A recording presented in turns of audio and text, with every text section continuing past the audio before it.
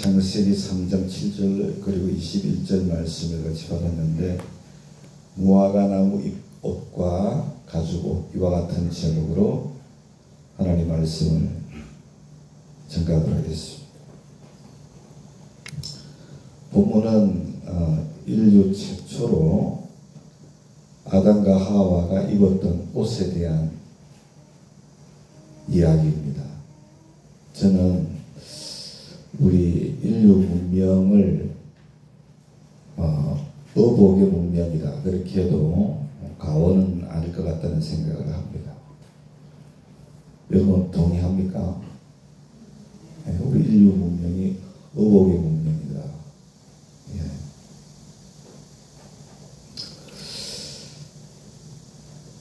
제가 옷과 관련된 제 개인적인 얘기를 좀 해서 그렇습니다만, 저에게 한 가지 좋은 추억과 한 가지 좀 안 좋은 추억이 있어요. 옷에 대한 추억인데,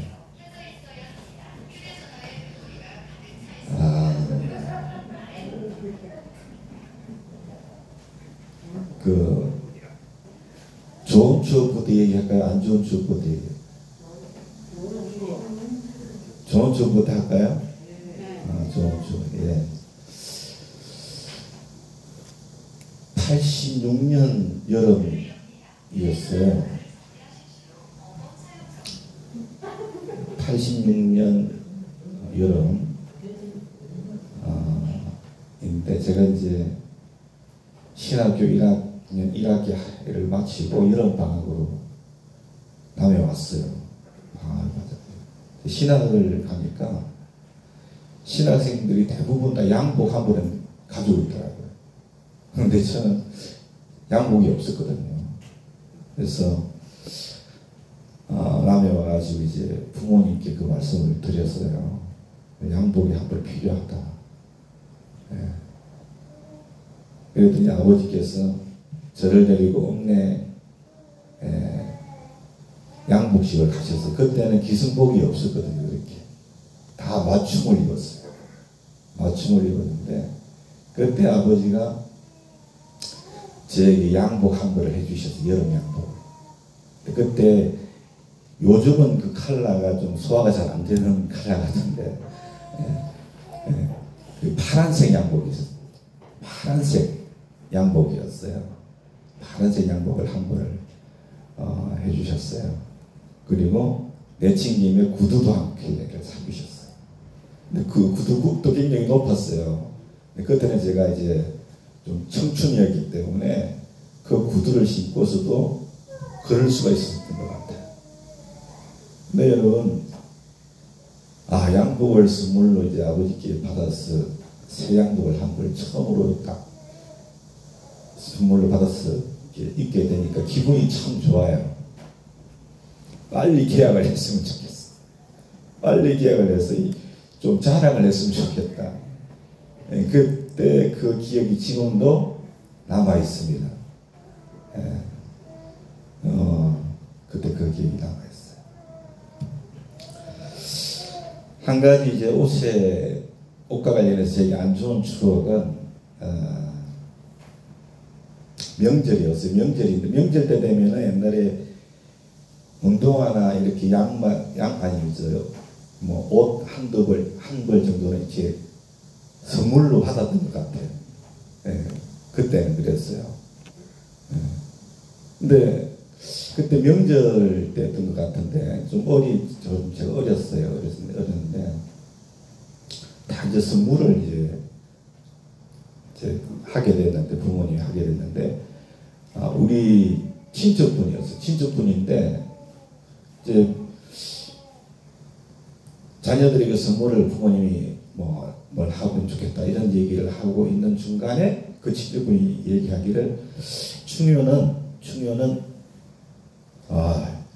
다리가 불편하니까 좋은 바지가 필요 없습니다. 이렇게 얘기하는 거. 그래서 그때 굉장히 어렸거든요. 어렸을 보니까 그때는 그렇게 마음에 상처로 와닿지 않은 것 같아요. 어떤 의미로 그런 말을 했는지도 저는 잘 몰랐던 것 같아요.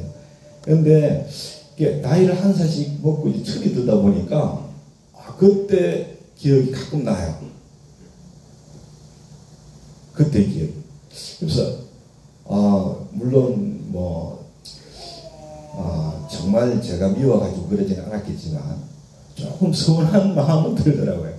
조금 서운한 마음은 들어요. 장애인이라고 좋은 옷 필요 없다 하면은 그거 말이 안 되잖아요. 그렇죠? 우리 믿는 분들이 말을 할 때도 항상 좀 조심스럽게 할 수 있기를 원합니다. 그렇죠? 상처가 되고 아픔이 되고 그런 말을 우리가 좀 안 했으면 좋겠다는 생각이 들었는데 우리가 말에 다 실수가 많다 보니까 후회하는 경우들이 많은 것 같아요. 근데 항상 우리가 좀 조심하면 좋겠다는 생각이 듭니다. 하여튼 저는 옷에 관해서는 그런 좋은 추억도 있고 또 좋지 않은 그런 추억도 가지고 있습니다. 하나님의 형상대로 지음을 받았던 아담과 하와 그들이었지만은 뱀의 유혹을 받아가지고 하나님께 죄를 지었습니다. 하나님께 죄를 짓자마자 그들에게서 하나님의 영광이 떠나버렸어요. 그렇게 되니까 그들은 자기들이 벌거벗은 것을 알게 되었고 그 수치와 두려움 때문에 하나님을 피해서 숨어버렸습니다. 그런데 그런 그들을 하나님께서 먼저 찾아가셨어요. 그런 그들을 하나님이 먼저 찾아가셨다니까요. 먼저 찾아가셔서 회개할 기회를 주셨는데 그들이 그 회개할 기회를 살리지를 못했죠. 도리어 죄로 인해서 벌거벗은 수치와 두려움을 피해버리는 노력의 일환으로 무화과나무 잎을 옷으로 지어서 입었어요. 무화과나무 잎으로 옷을 만들어 입었어요. 그게 오늘 7절 말씀이에요. 인류가 최초로 해 입은 옷이에요. 무화과나무 잎으로 옷을 해 입은 거예요. 죄로 인한 수치와 두려움을 가리기 위해서. 그러나 여러분 그 옷으로 죄로 인한 그들의 수치와 두려움을 결국 가릴 수가 없었죠.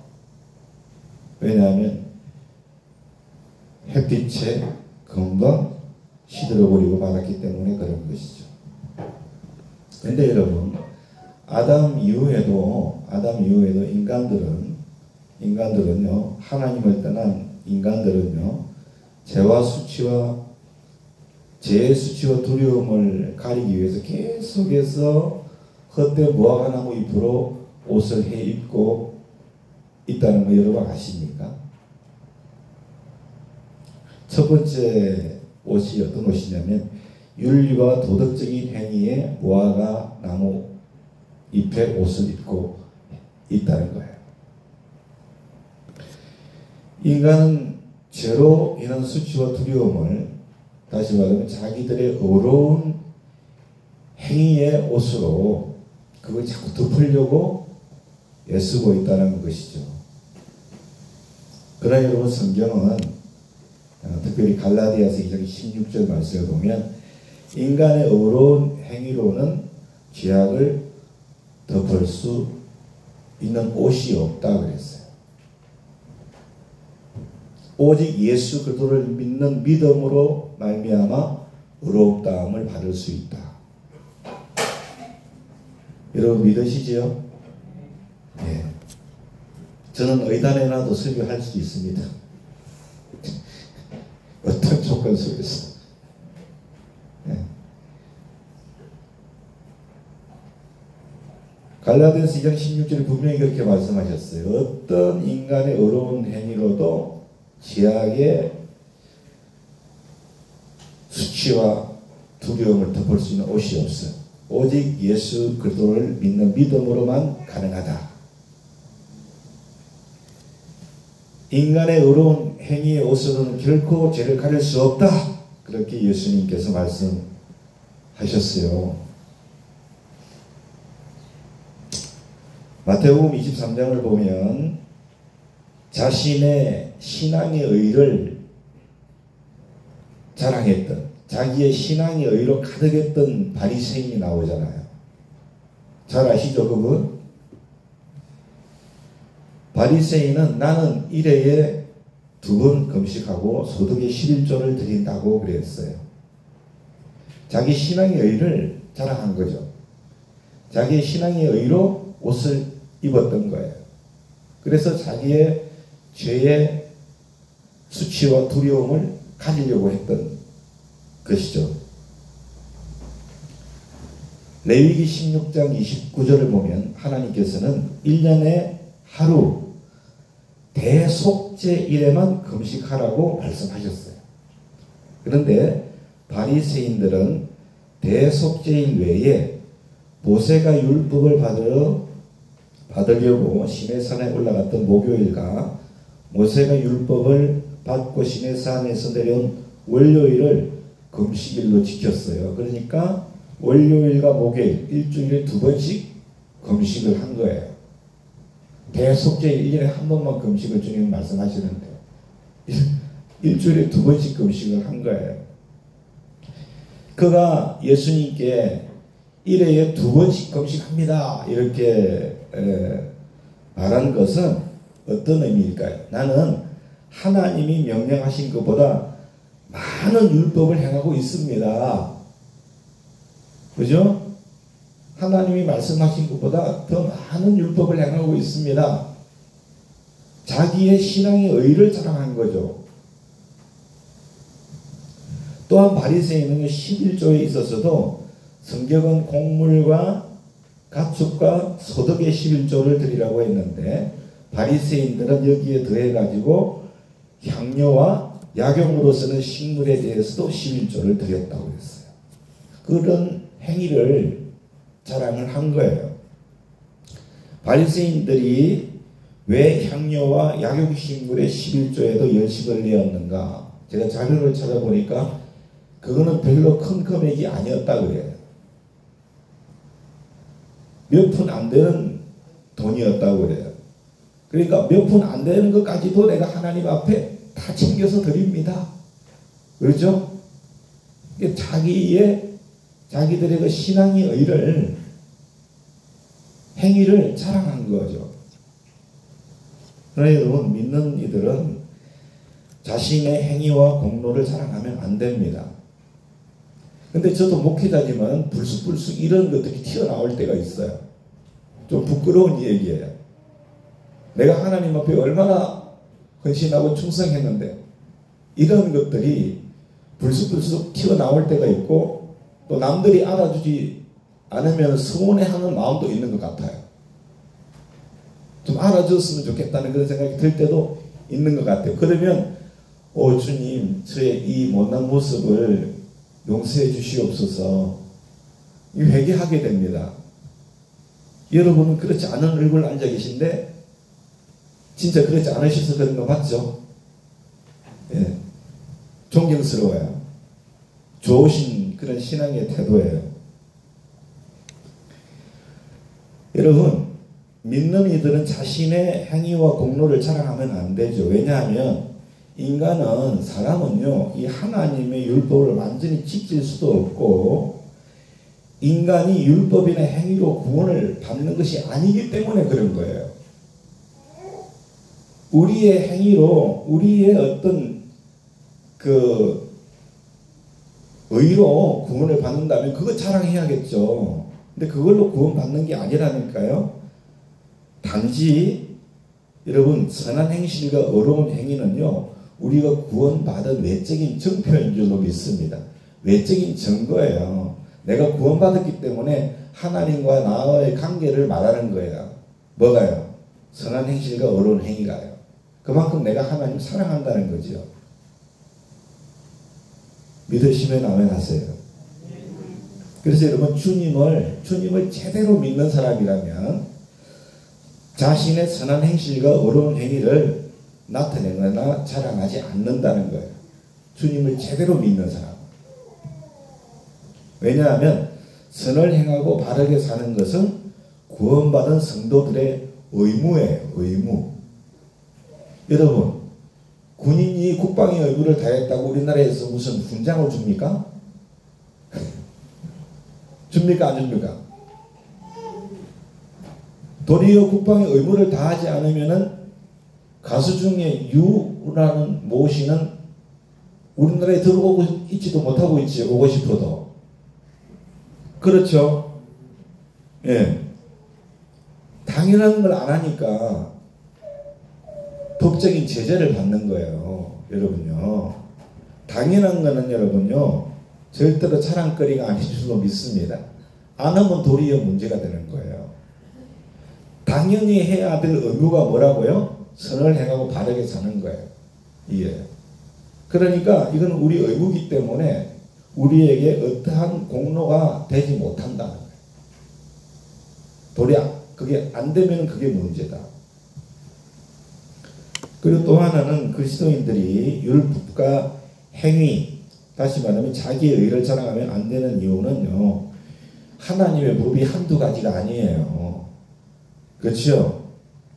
그 많은 율법 중에서 몇 가지를 지킨다고 의인되는 게 아니기 때문에 그렇습니다. 그 중에서 하나라도 범죄하면 주님이 뭐라 했어요? 죄인 된다 그렇게 말씀하셨거든요. 그렇죠? 그렇기 때문에 율법이나 행위를 자랑하면 안 되는 거예요. 자기의 율법과 행위를.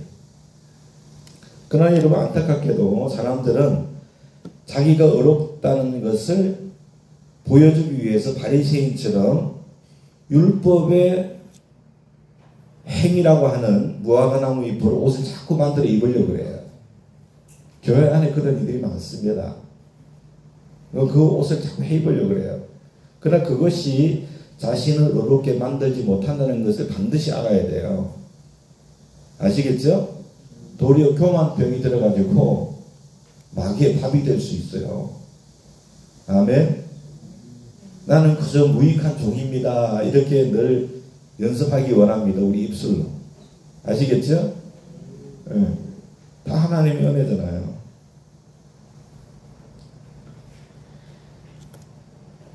결코 그것이 자기를 어렵다 만들지 못합니다.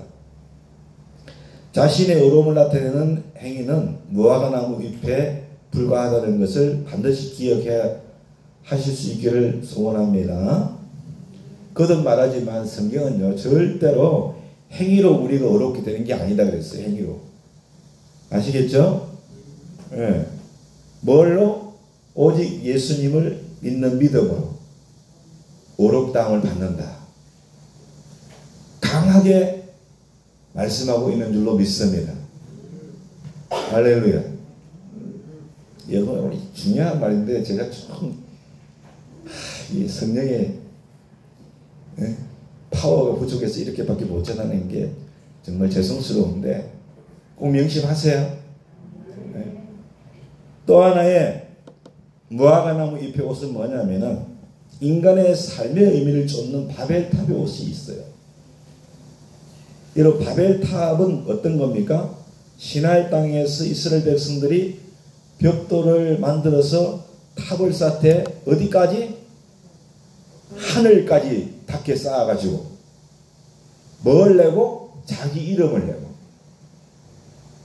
다시 홍수가 나도 물에 빠져 멸망하지 아니하리라. 그 성에 함께 모여서 하나님 없이도 우리가 살아갈 수 있다는 것을, 그렇지요. 하나님 없이도 즐겁게 살아갈 수 있다는 것을 보여주자. 이게 바벨탑이거든요. 그렇죠. 여러분 바벨탑은 뭘 의미하느냐? 하나님이 없는 인본주의적인 삶을 의미합니다. 그 안에는 하나님이 없어. 어디에는? 바벨탑에는. 그러나 여러분 바벨탑은 결국 하나님께서 그들의 언어를 혼잡게 하심으로 흩어져 버렸죠. 그래서 그 바벨탑이 성공했어요? 실패했어요? 실패했어요.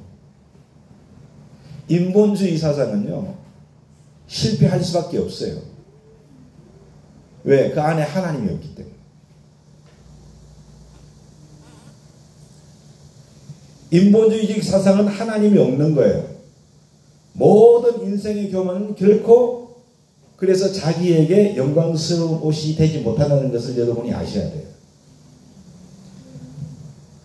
하나님께서 뭐라고 하셨습니까? 하나님께서 집을 세우지 아니하시면 세우는 자의 수고가 헛되다 그랬어요. 하나님께서 성을 지키지 아니하시면 파수꾼의 경성함도 허사다 그랬어요. 아침에 일찍 일어나고 저녁에 늦게 누우며 수고의 떡을 먹는 것도 헛되다. 모든 일에 하나님이 도와주셔야 된다는 거예요. 모든 일에. 인간 자기가 주인 되어서 사는 삶은 헛된 것이에요. 어떤 의미입니까? 사람이 계획을 아무리 잘 세워도 하나님이 축복을 안 해주시면은 그거는 성사가 되지 못한다는 거죠. 성사가 안 되는 거예요. 근데 하나님 없이 또 됐다 그런 사람도 있을 수 있는데 길게 보면 그거는 축복이 아닙니다. 절대로. 그래서 하나님이 도와주셔야 돼. 모든 일에. 내가 계획하고 일을 하겠지만 하나님이 역사하셔야 돼. 이렇게 믿는 것이 뭐예요? 신본주의예요. 그게 하나님이 쏙 빠져버리면 뭐예요? 인본주의적인 사상이 되는 거예요. 누가 보면 2장 16절 이하의 말씀에 보면 철저한 인본주의자가 나오죠. 한 사람이 부자예요. 철저한 인본주의자였어요. 그는 밭에 소출이 풍성했죠. 그래서 그의 마음으로 생각했어요. 하나님께 여쭤본 게 아니에요. 내 마음으로 생각해 봤어요. 어떻게 생각했습니까? 소출이 너무 많으니까. 지금 있는 곡간을 다 헐고 새롭게 곡간을 지어서 거기다 다 쌓아두자. 그랬죠. 모든 곡식과 물건을 거기 쌓아두리라. 이렇게 플랜을 세웠어요. 아주 멋진 플랜, 계획이에요. 그렇게 했단 말이에요. 근데 그에게는 하나님이 없었어요. 문제는. 하나님이 없었어요. 철저한 인본주의자였어요. 그는 심지어 영혼까지도 자기 거라고 했어요. 내 영혼이라고 했어요. 영혼도 자기 거, 자기 마음대로 할 수 있는 거예요. 영적으로 말씀드리면 그런 거예요. 그리고 영혼도 물질로 평안을 얻을 수 있다고 생각했어요. 돈만 많으면 마음도 평안하고 늘 즐겁고 행복할 줄 알았어요. 근데 그런 그에게 예수님께서 뭐라고 하셨어요? 잘 아시죠? 따라합시다. 어리석은 자여, 오늘 밤에 내 영혼을 도로 찾으리니 그러면 내 준비한 것이 누구의 것이 되겠느냐? 야 이놈아, 그건 안 떨어집니다. 그건 제가 한 말이에요. 그렇게 말씀하셨어요. 우리의 영혼의 주인은 주님이에요. 살고 싶다고 여기 살 수 있는 분 계세요? 죽고 싶다고 죽을 수 있는 분 있어요? 없어요. 하나님이 다 주관하십니다. 안 그래? 저는 요즘 들어서 아침에 눈을 뜨면 정말 하나님 은혜가 너무나 놀랍구나 싶어요. 눈을 뜨는 것 자체가 너무나 감사해요. 이렇게 하루를 허락하시구나. 내가 나이 들면서 철이 조금씩 들잖아요. 철이 드니까 몸무게가 많이 나가는 것 같아요. 철이 드니까. 근데 여러분, 철이 드니까 깨닫게 되는 게 뭔가? 여러분, 삶의 주인이 내가 아니구나. 하나님이시구나. 철저하게 깨닫게 됩니다. 감사하게 되고 철저하게 하나님 의지하게 되고. 할렐루야. 자기가 주인으로 살았을 이 사람이요. 그런데 그게 아니래잖아요. 네가 이루는 게 다 누구 것이 되겠냐. 그렇게 주님이 말씀하셨어요. 사람들은 대부분 죄로 인한 수치와 두려움을 덮기 위해서 또는 자기를 자랑하기 위해서 인본주의적인 바벨탑의 옷을 입어요. 그래서 물질적인 탐욕의 옷을 입습니다. 돈만 많으면요, 그 사람이 뭐 어떤 실수를 해도 그만 넘어가는 경우들이 많죠. 안 그렇습니까? 똑같은 죄를 지어도 가난선이 기회면 무기징역 살 건데 그 사람 투표에 사면 됩니다. 그렇지 않습니까? 우리 교회가 아멘 안 하기로 유명한 교회긴 한데 진짜 아멘 안 해도 저는 상관이 없습니다만 참 또 아멘 한다고 답은 또 아닌데 인색하신 거는 여전히 인색을 하시네. 그렇죠. 탐욕의 그 물질적인 탐욕이요. 그런데 제가 보니까 설교를 잘 하시는 분들은 아멘을 유도 안 해도 아멘을 하게끔 설교를 하시던데 설교를 못하는 사람들이 꼭 아멘 하라 하는 것 같아요. 제가 보니까 설교를 잘 하시는 목사님들은 말씀을 습하니까 아멘 하면 그냥 여기저기서 막 나오더라고요. 그래서 제가 야 역시 다르다. 진짜 나는 설교를 못하는 사람이구나. 얼마나 우리 성도님들에게 아멘을 강요하는지. 그게 못하는 설교를 하면서 꼭 아멘은 하라고 하네. 그러니까 하지 않는 아멘도 더 하기 싫죠. 그래서 제가 참 예배 설교할 때마다 고민인데 설교를 잘해야 되는데 큰일 날 거예요.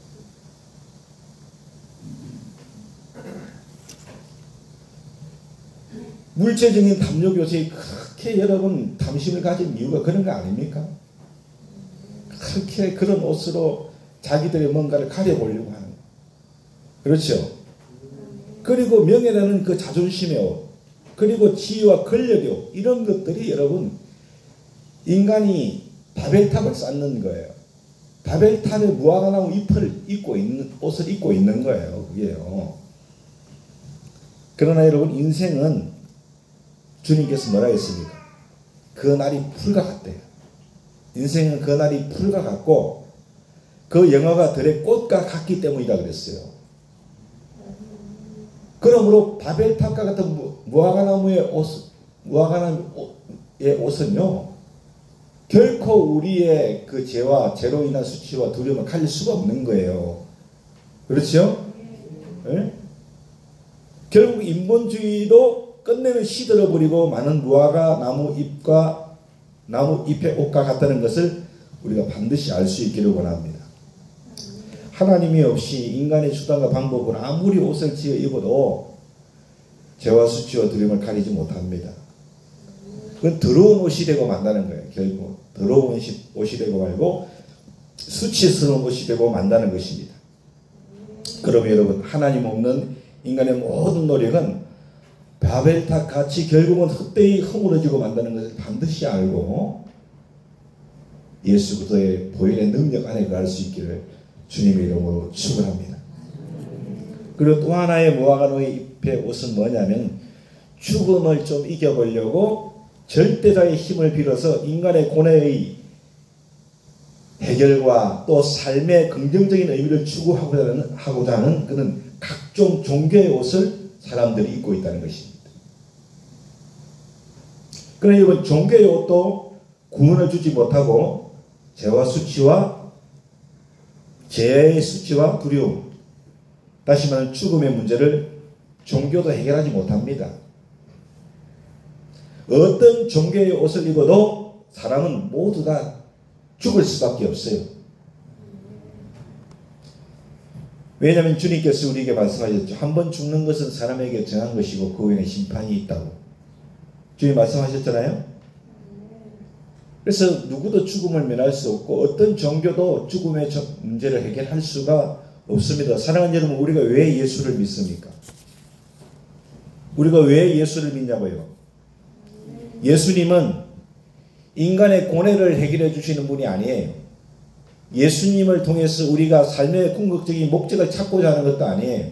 우리가 예수님을 믿는 가장 궁극적인 목적은 예수님이 우리의 구원이 되시기 때문에 그런 거지.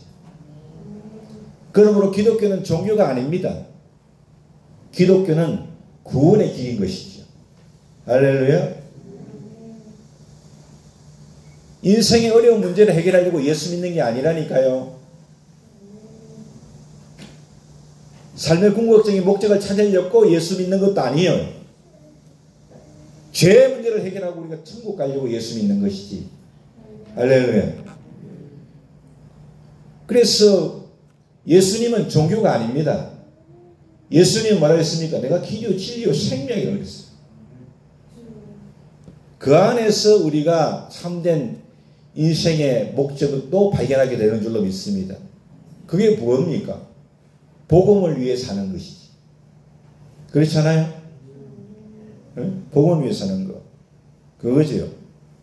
또 그 안에서 하나님께서 오늘 우리에게도 모든 삶의 고난 가운데서도 합력하여 선을 이루시는 역사도 보게 하시는 줄로 믿으시기 바랍니다.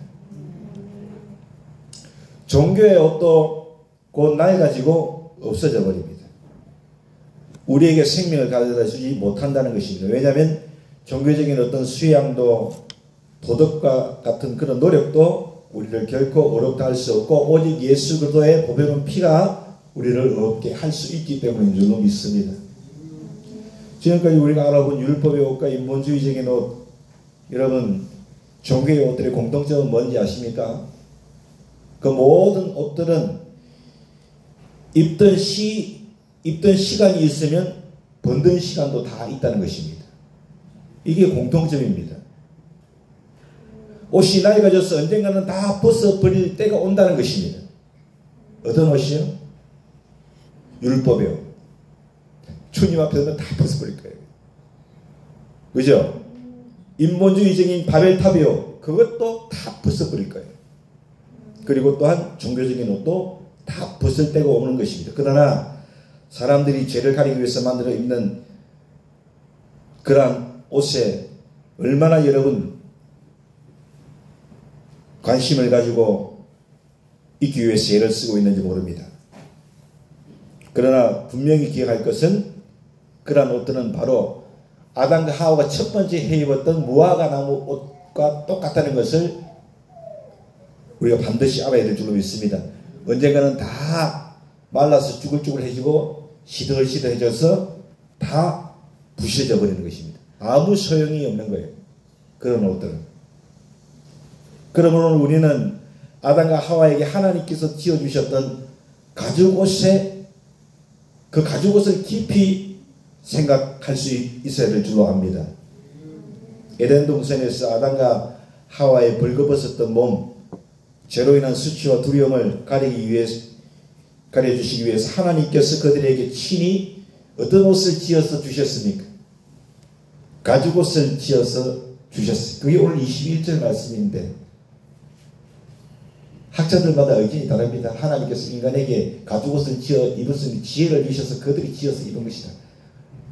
그냥 오늘 읽는 본문 그대로 하나님께서 지어 주셨다. 어쨌든 하나님이 주신 지혜이니까. 그렇지요? 무화과 나무 잎으로 만든 옷하고 가죽옷하고는 천지 차이지요. 천지 차이라 하니까 질긴 것 때문에 천지 차이인가? 아닙니다. 그것 때문이 아니고 사랑하는 여러분, 가죽옷을 위해서 짐승을 잡아 죽여야 했다는 것이고 죽을 때는 짐승이 죽을 때는 피를 흘려야만 했다는 것이죠. 이게 근본적으로 다른 것입니다. 여러분요. 피를 흘리지 않고서는 가죽을 벗길 수가 없지요. 그것입니다. 그러므로 하나님께서 짐승을 잡아서 피를 흘리고 가죽을 벗겨서 아담과 하와에게 가죽옷을 만들어서 입히신 것은 훗날에 예수 그리스도를 통해서 십자가에서 온 인류의 죄를 다 대신 지시고 못 박히셔서 피 흘리시고 창에 찔려서 피 흘리심으로 말미암아 온 인류의 모든 죄로 인한 수치와 두려움은 물론이고 죄의 죽음의 문제를 해결할 의의 옷을 상징하는 것인 줄로 믿습니다. 여러분, 가죽옷은 생명의 옷입니다. 가죽옷은 의의 옷을 상징하는 것입니다.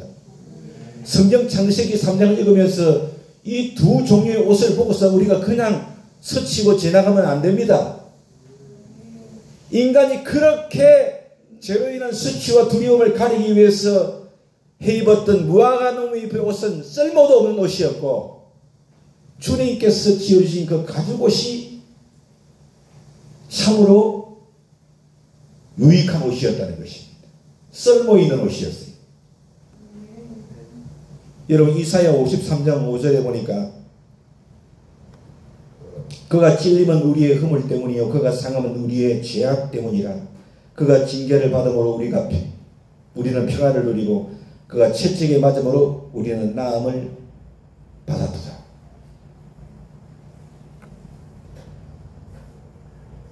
여러분 뭐 결혼식 날 결혼식장에 한번 가보면은 한 번씩 다 가보셨죠? 또 뭐 그 당사자가 되어 보신 분도 계실 텐데 보통은 보면은 열에 한 9번 다 눈물을 흘려요. 엄마도 울고 딸도 울고. 아버지는 잘 안 우는 것 같은데 저는 아버지가 아니고 울었습니다. 이렇게. 울었어요. 눈물이 나더라고요. 눈물이 났어요.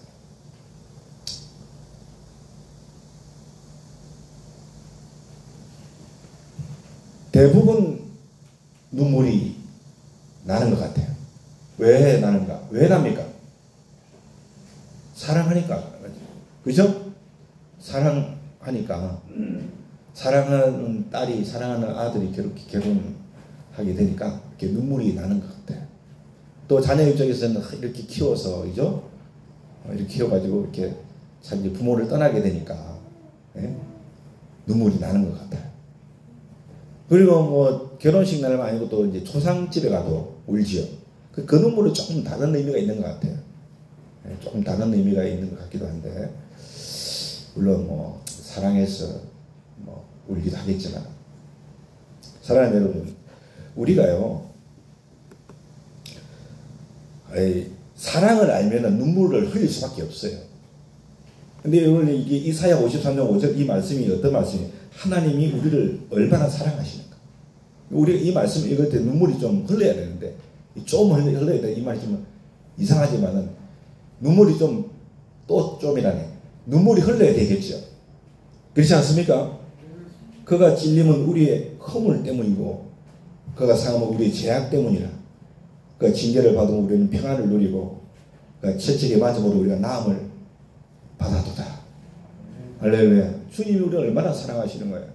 우리가 주님의 이 사랑을 깨닫게 되면, 참 여러분, 우리가 주님을 사랑하려면 어떻게 해야 되는지 아세요? 여러분, 주님을 사랑하고 싶어도 잘 안 되죠.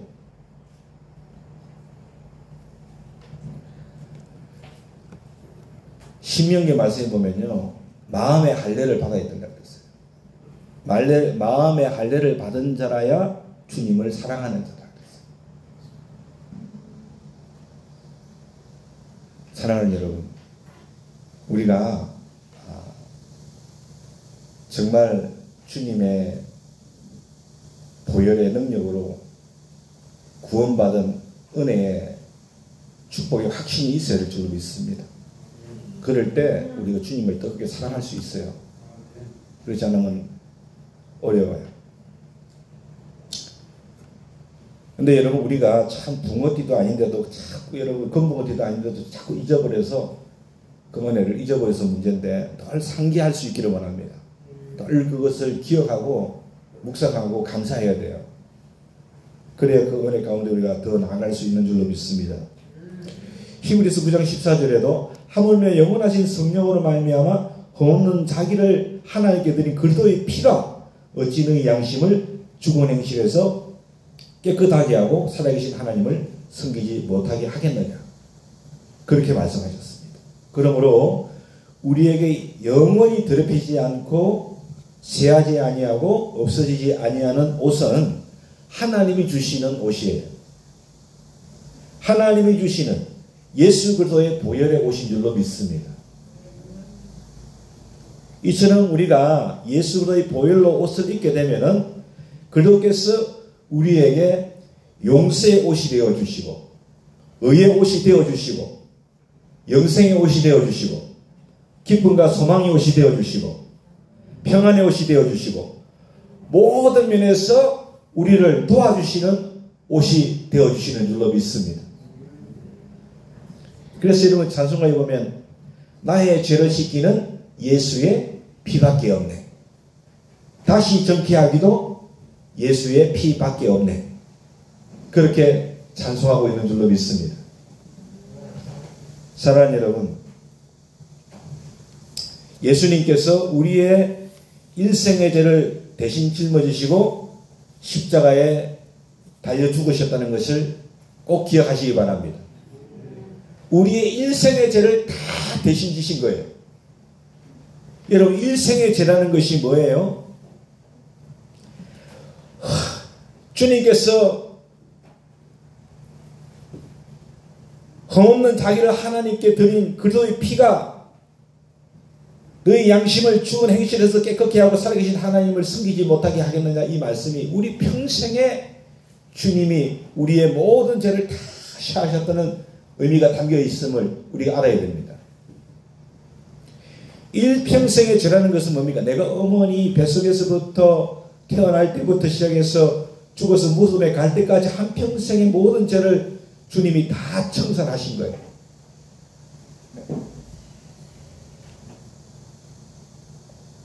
그러므로 여러분, 이미 과거에 지은 죄도 주님이 청산하셨고, 지금 죄도, 그리고 장차 죽기 전에 지을 죄까지도 주님이 다 청산하신 줄로 믿습니다.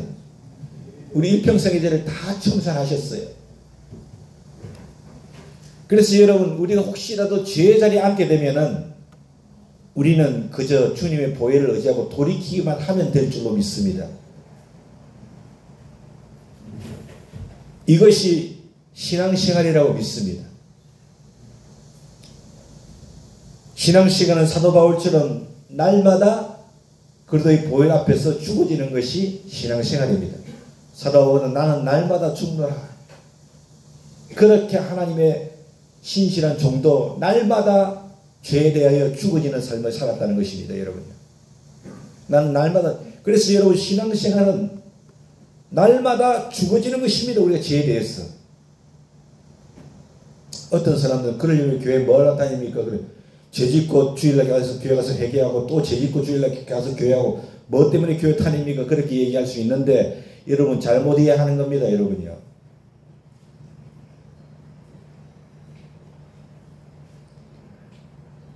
우리는 날마다 죽어야 될 줄로 믿습니다.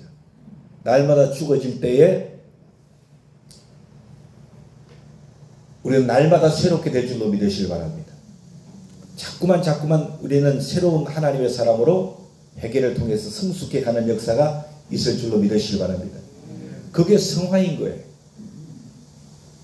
그래서 여러분, 주일날 교회 올 때 무거운 죄의 짐 때문에 발걸음이 힘드신 분 절대로 낙심하지 마십시오. 주님 앞에 나오셔서 보혈의 능력을 의지하고 회개하시고 돌이키면 주님께서 회복시켜 주실 줄로 믿습니다. 그러면서 더욱더 주님을 닮아가는 것이고, 은혜로 인해서 감사가 넘치는 삶이 되어서 성숙해가는 역사가 있게 되어질 줄로 믿습니다. 그리고 여러분, 제가 예수님을 믿으면 용서와 의의 옷을 입게 된다고 말씀드렸는데, 이 말의 의미는 주님께서 구원의 길을 다 이루어 놓으시기 때문에 우리는 값없이 구원을 선물로 받는다는 것입니다. 많은 사람들이 구원을 받는 데 있어서 뭐 내가 대가를 지불하고 해서 훌륭한 일을 해야만 내가 구원을 받는 게 아닌가, 그렇게 생각하는 분들이 혹간 계실 수가 있는데, 구원은 여러분 하나님의 은혜를 믿음으로 말미암아 되는 것이지 그 외에는 아무런 조건이 없는 줄로 믿습니다.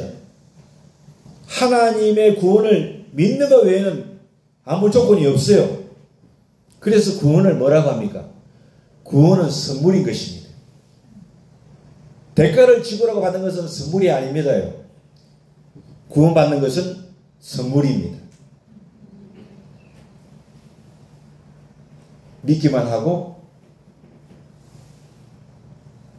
받는 것이기 때문에 그런 줄로 믿습니다. 주님이 말씀하셨습니다. 그 은혜를 인하여 믿음으로 말미암아 구원을 얻었나니 이것은 우리에게서 난 것이 아니요, 합시다. 하나님의 선물이라. 하나님의 은혜로 구원받는 것입니다. 믿음으로. 할렐루야. 그 믿음으로 받는 거예요. 뭘? 하나님의 은혜를. 하나님의 은혜 뭡니까? 육신을 입고 이 땅에 오셔가지고 나를 위해 십자가에서 대신 죽고 장사되고 부활하신 것. 이것을 믿는 믿음으로 구원을 받는 것인 줄로 믿습니다. 믿고서 거듭나서 우리가 구원받는 거지요. 할렐루야. 그래서 여러분 기독교의 신앙이 위대한 것은 행위로 말미암아 구원을 받는 것이 아니라 믿음으로 구원을 받기 때문에 기독교 신앙이 위대한 것인 줄로 믿습니다. 할렐루야. 얼마나 우리가 믿는 하나님 위대한 분이에요. 그렇죠?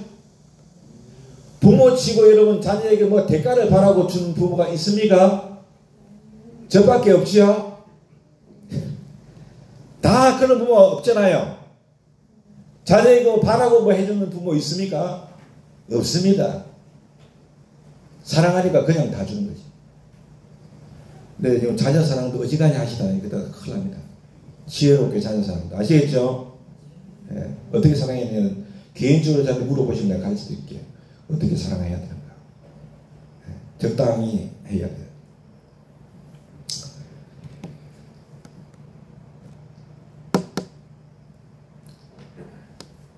사랑하는 여러분, 무화과나무 잎으로 옷을 만들어서 입으면은 쉽게 쭈그러들고 낡아지고 사라집니다. 하나님이 주시는 예수 그리스도의 보혈의 옷을 입는 이들은 영원히 가는 것입니다.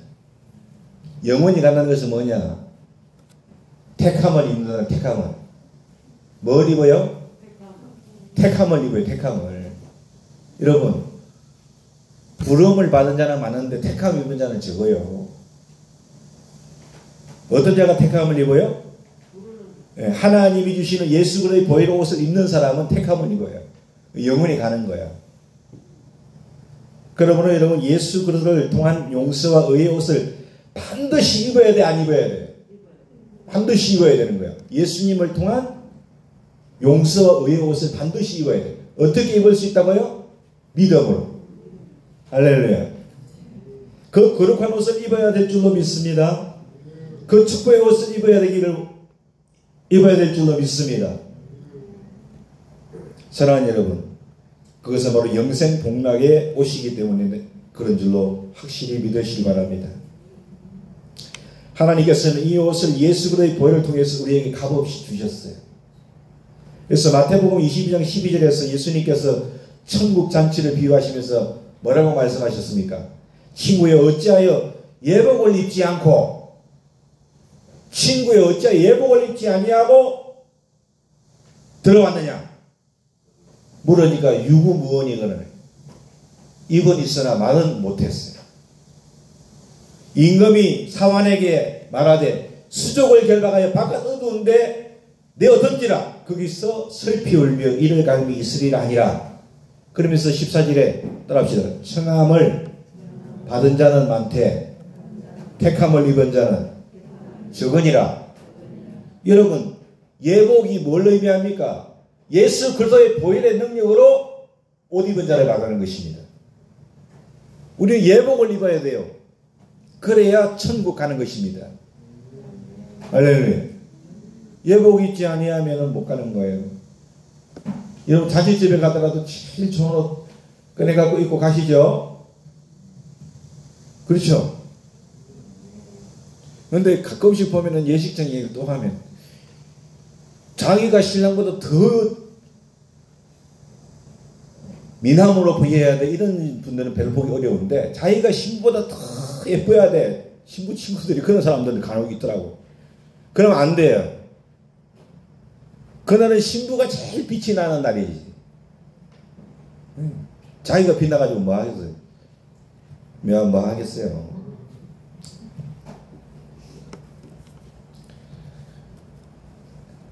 저는 저 자체로서 자체 발광이기 때문에 혼인집에 가도 그냥 대충 입고 갑니다. 대충. 신랑만 잘 빛나면 되지 뭐. 예의를 떨어뜨리지 않는 선에서 그냥 대충 입고 가는 거예요. 다들 예뻐지고 싶은 것 같아요. 그런데 여러분 진짜 예쁜 건 뭐냐면 예수의 보혈의 옷을 입는 사람이에요. 꼭 믿으세요 여러분요. 예? 나중에 다 주님 앞에 설 때는 나머지 옷들은 다 그냥 부셔져 버리고 없다니까. 그거는 없고 무슨 옷만 남아? 예수 그리스도의 보혈의 옷. 그것밖에 남는 게 하나도 없어요. 그 옷을 우리가 반드시 입어야 되는 거예요. 아시겠죠? 중요한 것은 이 죄의 수치와 두려움 그리고 죽음을 가리는 예수 그리스도의 보혈로 입는 이 영생의 옷은요. 아까 제가 뭘로 입는다 그랬어요? 그래. 믿음으로 입지. 믿음으로. 할렐루야. 우리가 그 복음을 믿어서 입술로 예수를 주로 고백하고 그럼 나면은 이 의의 옷을 탁 입게 되는 거예요. 맨 앞에 뭐가 있어요? 믿음으로. 할렐루야. 입게 됩니다. 딱 입게 됐다면 그 다음부터는 어떻게 되냐? 여러분들 예수의 보혈을 자랑해야 돼요. 믿으시죠? 예수의 보혈. 예수의 보혈을 자랑하는 게 뭐냐? 나는 예수님의 보혈로 축복의 옷을 입었다. 아멘. 나는 예수 그리스도의 보혈로 영생 복락의 옷을 입었다. 이렇게 항상 입술로 시인하시기 바랍니다. 아시겠죠? 이 입을 여러분요, 이게 밥 먹으라고 하나님 주신 게 아니에요. 꼭 시인하세요. 나는 정말로 축복의 옷을 입었다. 영생 복락의 옷을 입었다. 내일 아침에 제가 아침 말씀 문자를 드릴 건데 미리 준비를 해놨는데, 여러분 창세기 창세기 아니죠. 신명기 33장을 보면 모세가 이제 34장에서 죽잖아요. 죽는데 33장에서 죽기 전에 이스라엘 백성들을 다 축복을 해줘요. 축복을 했는데 맨 마지막에 뭐라고 했냐면 이스라엘아 너희들은 행복자로다. 너희들은 정말 행복한 사람이야. 이렇게 말을 했어요. 근데 그 행복한 이유가 뭐냐면 너희들 같이 하나님의 놀라운 구원을 받은 백성들이 없다는 거예요. 그러니까 너희들은 너무나 행복한 자들이다. 그 말씀에 있는데 너무나 이 행복감이 확 밀려오는 거예요. 나는 뭐 별게 없지만 여러분 진정 내가 행복한 사람이구나. 하나님의 놀라운 구원을 받으니 은혜를 입었으니. 이 이야기도 감동이 별로 없는 모양이네. 여러분 우리가 진짜 행복자인 것을 여러분이 아셔야 됩니다. 예.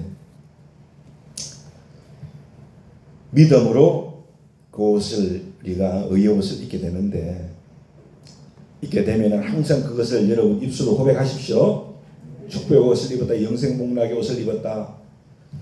근데 여러분 이렇게 말을 하면요, 이 시간에 만약에 믿지 않는 분이 있는데 이렇게 제가 설교를 했어요. 세상 사람들이 막 믿는 사람들 중에서도 그런 옷은 다 그냥 부셔질 무화과나무 잎으로 만든 옷이야 이렇게 얘기를 하고, 이제 오직 우리가 예수 그리스도의 보혈의 옷으로 입어야 돼. 그래야 우리가 영생을 얻을 수 있어. 그건 믿음으로 받는 거야. 이렇게 제가 설교를 했어요. 근데 안 믿는 사람들이 들으면 그 믿음이 생길까요? 그 말을 믿겠습니까? 아마도 나는 안 믿습니다. 그렇게 말을 할 확률이 굉장히 높을 것 같아요. 그렇죠? 높을 것 같아요. 그런데 여러분, 이 예배당에서는 하늘에 속한 얘기를 하는 곳이라고 제가 말씀드렸죠? 사랑하는 여러분, 우리가요, 믿음에 대해서 오해하는 게 있어요. 믿음을 우리가 오해하면 안 돼요. 세상에 있는 믿음은요, 믿을 수 있는 것만을 믿어요.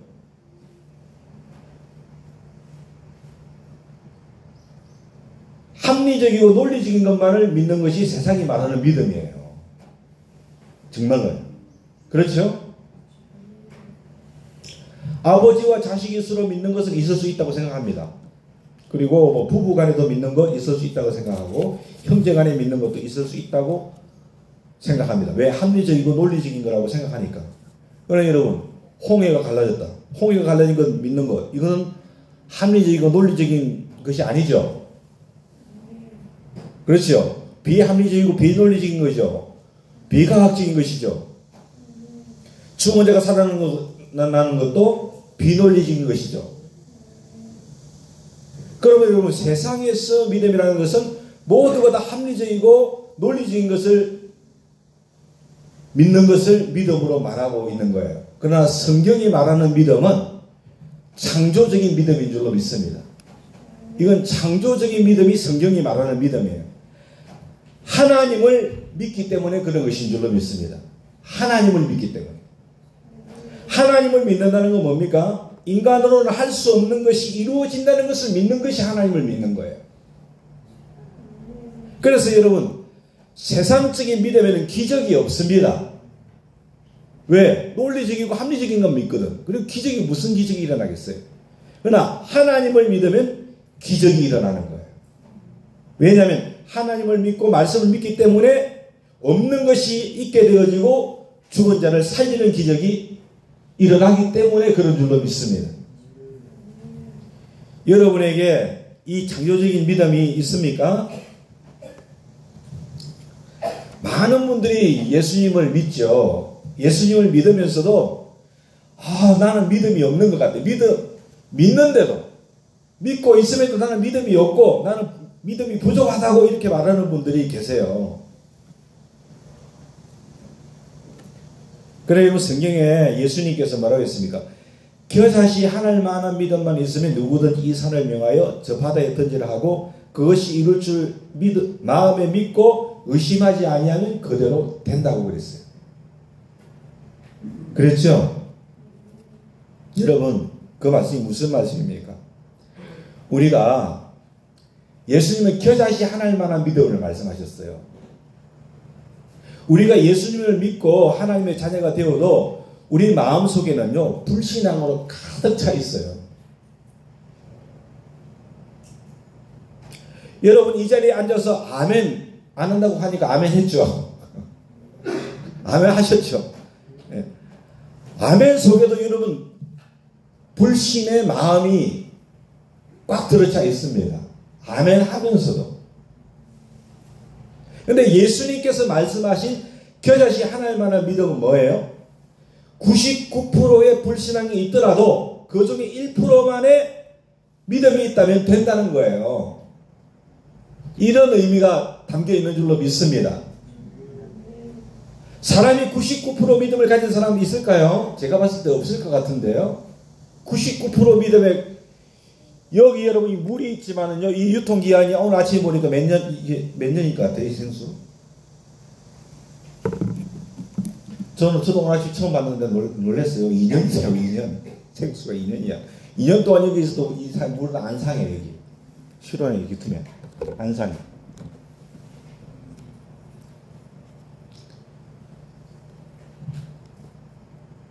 이 물이요, 99%의 순도의 물이라면 이 물 값이 참 비쌀 수도 있을 것 같아요. 그렇지 않습니까?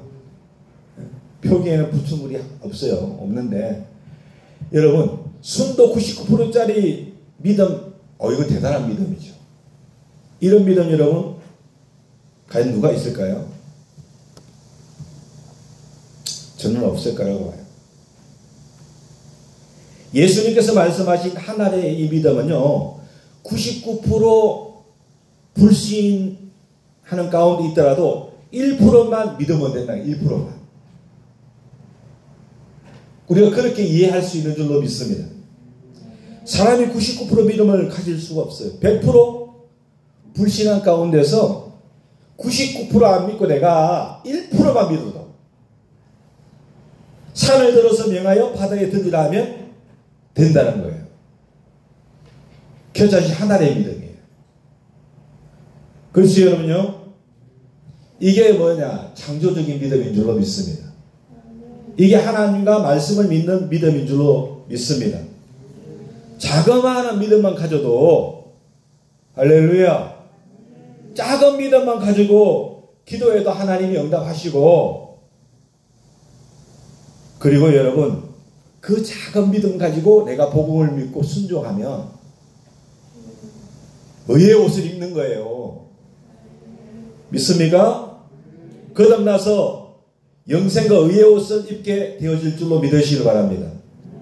그리고 사랑하는 여러분, 우리는 할 수 있어요. 하면 됩니다. 긍정적이고 적극적인 사고를 가진 창조적인 그리스도인이 될 수 있기를 예수님의 이름으로 축원합니다. 아우 나는 못해, 나는 안 돼, 할 수 없어, 그렇게 생각하지 않기를 원합니다. 긍정적으로 생각하고 희망찬 꿈을 우리가 꿀 수 있기를 원합니다. 1%의 믿음을 사용하면 그렇게 될 줄로 믿습니다. 왜냐하면 우리는 이 세상에서 무화과나무 잎으로 쭈글쭈글해진 옷을 입고 사는 사람이 아니고, 우리는 어떤 옷을 입고 사는 사람이에요? 예수 그리스도를 통해서 기적의 의복을 입었어요. 할렐루야. 죽어도 사는 역사가 있어요. 그렇기 때문에 우리가 항상 이렇게 창조적인 믿음으로 생각으로 나아갈 수 있기를 예수님의 이름으로 축원합니다. 그러면 그 1%의 믿음을 통해서 하나님께서 일하시고 영광 받으실 줄로 확실히 믿습니다. 그렇게 믿으면 구원받고 영생과 의의 옷을 입는 기적의 역사가 있을 줄 믿고, 여러분 나는 행복한 사람, 늘 여러분 입술로 고백하시기 바랍니다. 하나님 나라의 소망이 있으니까. 믿으시죠? 할렐루야.